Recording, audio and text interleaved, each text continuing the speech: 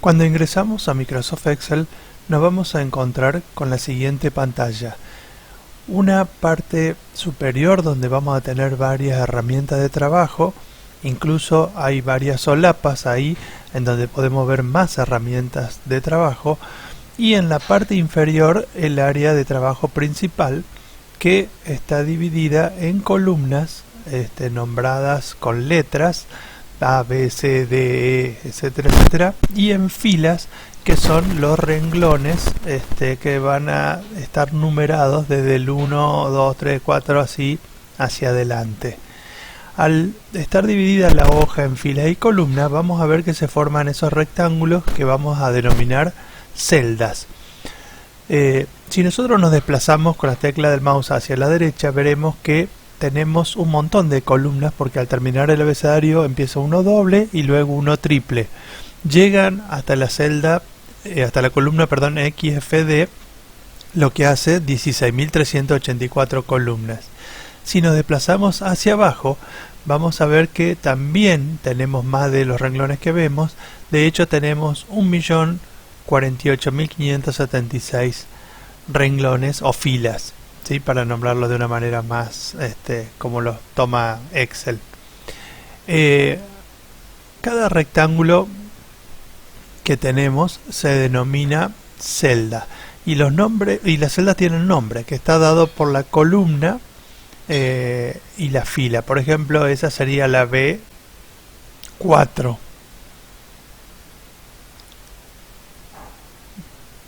Eso sería la C5, esa sería la E11, no alcanzo a ver, y esta sería la A1. ¿Está? Todas las celdas tienen nombre. Adentro de las celdas nosotros podemos ingresar 4 tipos de datos. Por ejemplo, un texto, ¿sí? No hay ningún problema. Noten que el texto se alinea sobre la izquierda, y si ingresamos un texto que es más largo de lo que la celda permite, no hay ningún problema, porque también lo puede ingresar. Noten que parece que el texto estuviera tocando la celda siguiente, pero en realidad, si miramos el renglón de arriba, vemos que en la celda, en la columna E, no hay nada, ¿sí? Y en la columna C, ahí sí tenemos todo el nombre completo. Ya veremos después cómo ensanchar las columnas para que todo un texto aparezca visible. Si yo escribo algo en la celda que está ahí a la derecha, vamos a ver que se superpone sobre el texto que ya tenía escrito, pero eso no significa de que esté borrado, sino que simplemente está tapado por el contenido de la celda de la derecha. En el renglón que está arriba, yo puedo ver que en la celda E tengo eso, y en la celda D tengo mi nombre y apellido completo.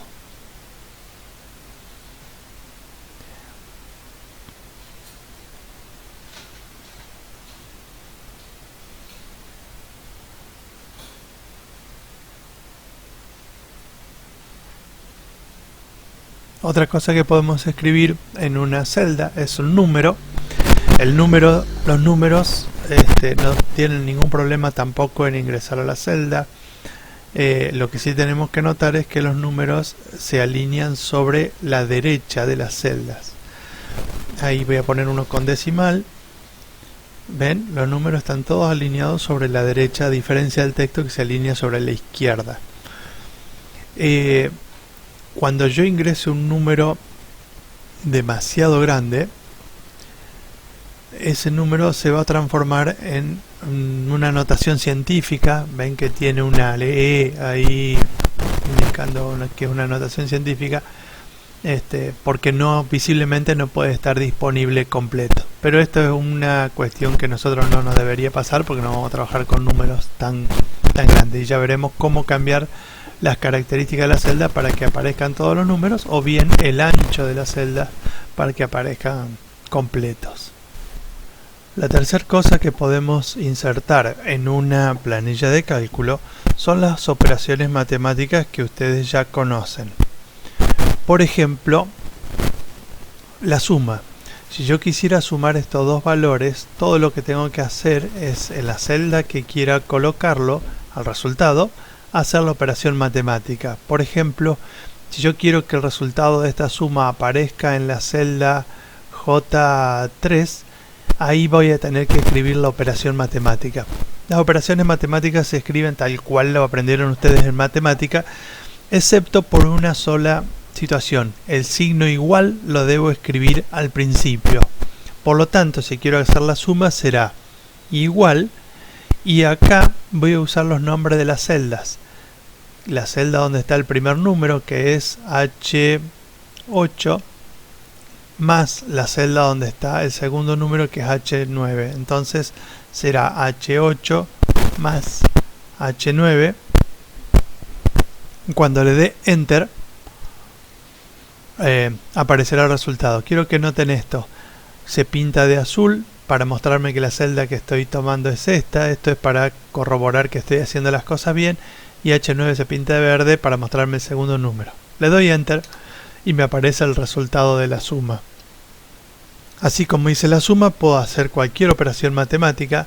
Vamos a hacer la multiplicación de esos dos números. Era H8 por, notemos que el símbolo de la multiplicación en las computadoras es el asterisco.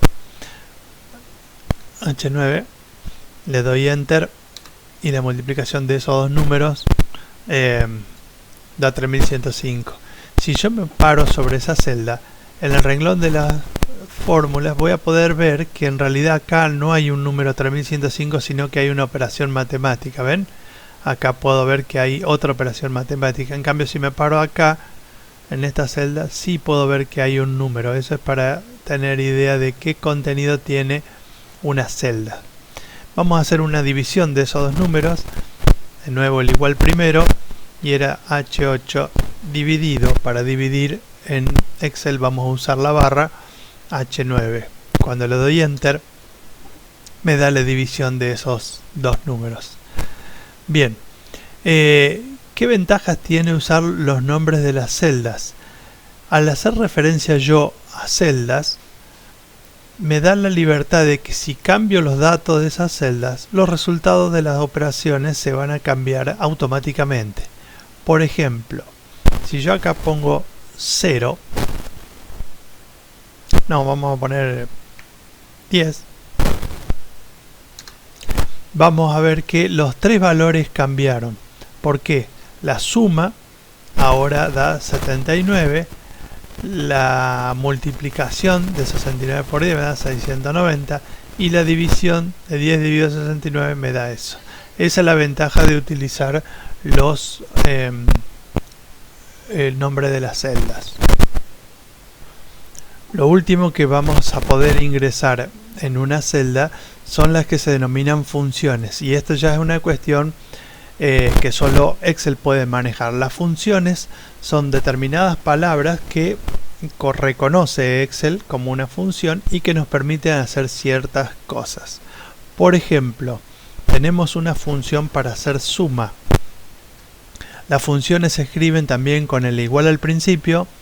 Lo único que llevan una palabra en el medio que determina cuál es la función, y después llevan una serie de parámetros. Por ejemplo, en este caso, la función suma, que me permite sumar números, lleva los parámetros de los números que quiero sumar. O sea, en este caso sería H8 y H9.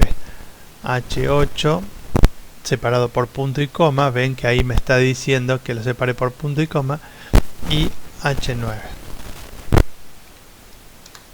Fíjense que el resultado de la función suma y de la operación suma fue la misma. La ventaja está cuando yo quiero trabajar con muchos números. En ese caso, ahí sí se conviene utilizar la función. Vamos a ver un ejemplo.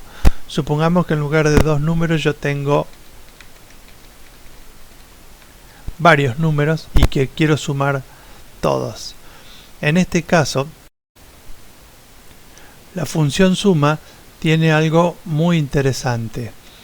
Yo puedo, en lugar de escribir celda por celda todos los que quiero sumar, cuando están ordenados así, hacer referencia a la última, perdón, a la primera y a la última para sumar todos. ¿Cómo tendría que hacer? Tendría que decir igual suma, abrir paréntesis, H8, pero en lugar de usar punto y coma, usar dos puntos y nombrar la última celda, que en este ejemplo es la H18. H18. Con eso le estoy diciendo que sume todo lo que está entre la celda H8 y H18. Si yo le doy enter a esto, Excel calcula la suma de todos esos valores. Noten que esto solo sirve para cuando los números están alineados en una columna o en una fila. Si están diseminados en lugares distintos de la planilla, no puedo usar el separador de los dos puntos, y sí tengo que poner cada número separado por punto y coma. Así como existe una función suma, existe una función promedio, que lo que hará, como bien su nombre lo indica, calcular el promedio de todos esos valores. Vamos a probarla acá abajo cómo funciona. La función promedio se escribe igual promedio, y también tengo que decir cuáles son los valores de los que quiero calcular el promedio. Vamos a usar esto que tenemos como ejemplo, H8, H18, cierro paréntesis, le doy enter, y el resultado que estoy obteniendo ahí, 21,54 es el promedio de todos esos valores. Si le hago clic a la celda, puedo ver que en esa celda lo que hay es una función promedio. En esta celda la función suma, y en estas tres operaciones, ¿sí?, de suma, multiplicación y división. Bueno, lo último que vamos a ver hoy es cómo puedo borrar el contenido de una celda. Simplemente con pararme sobre la celda y presionar la tecla delete o la tecla suprimir, si está el teclado en español, el contenido de una celda se va a borrar. Si quisiera borrar el contenido de muchas celdas juntas para no estar recorriendo celda por celda, con el ratón voy a marcar un área que abarque todas las celdas que yo quiero borrar, y luego de que la seleccioné, presiono la tecla suprimir. Me paro en la primera celda que quiero borrar, presiono el botón del mouse, lo mantengo presionado y arrastro hasta la última celda que quiero borrar, y una vez que tengo todo seleccionado, presiono suprimir y todo el texto, o todo el contenido mejor dicho, se habrá borrado de una sola vez. Dejamos ahora esto y pasamos a otra cosa.